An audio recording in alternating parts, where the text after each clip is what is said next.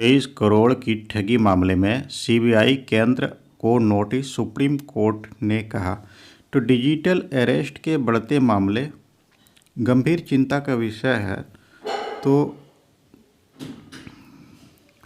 इसमें से है देश में डिजिटल अरेस्ट कर ठगी का सबसे बड़े मामला अब सुप्रीम कोर्ट पहुंचा है। प्रधान न्यायाधीश सूर्यकांत और न्यायमूर्ति जॉय माल्या बागची की पीठ ने डिजिटल अरेस्ट कर ठगी के बढ़ते मामले पर गंभीर चिंता जताई है।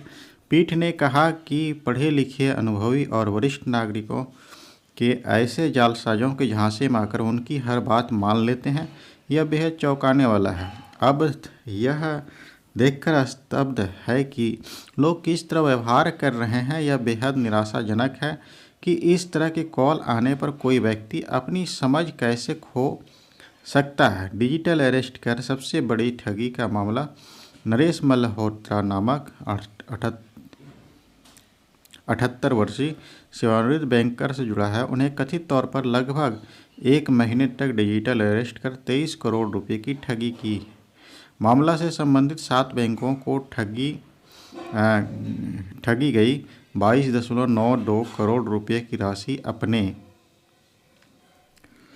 अपने खातों में जमा करने का निर्देश देने का अनुरोध किया है। इसमें से Kotak Mahindra bank, HDFC bank, Axis bank, ICICI bank, इंड बैंक और सिटी यूनियन बैंक और येस बैंक शामिल है। उन्होंने इन सभी को पक्षकार बनाया है। पीठ ने नरेश मल्होत्रा की याचिका पर भारत सरकार, CBI, RBI और अन्य को नोटिस जारी किया है। याचिका में बैंकों को यह निर्देश देने की मांग की गई है कि वे इस तरह के ठगी से बचाव के लिए सुरक्षा उपाय तय करें। उसमें संदिग्ध और उच्च मूल्य के लेन देन पर अलर्ट करना शामिल है।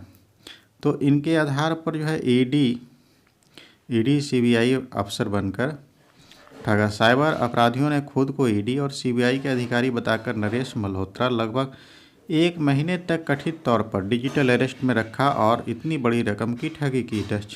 मल्होत्रा दक्षिण दिल्ली के गुलमोहर पार्क में रहते हैं और आधार कार्ड के गलत इस्तेमाल होने का दिखाया डर। आरोपियों ने कथित तौर पर पीड़ित को बताया कि उसके आधार कार्ड से संबंध नशीले पदार्थों की तस्करी, आतंकवाद के वित्त पोषण और पुलवामा आतंकी हमले से। उन्हें बताया गया कि उनके आधार से बैंक अकाउंट खोले गए हैं और उसी से पुलवामा केस में 1300 करोड़ की टेरर फंडिंग हुई है। इसके बाद आरोपियों की जांच के बहाने उन्हें एक फ्लैट में ही डिजिटल अरेस्ट की स्थिति में रखा।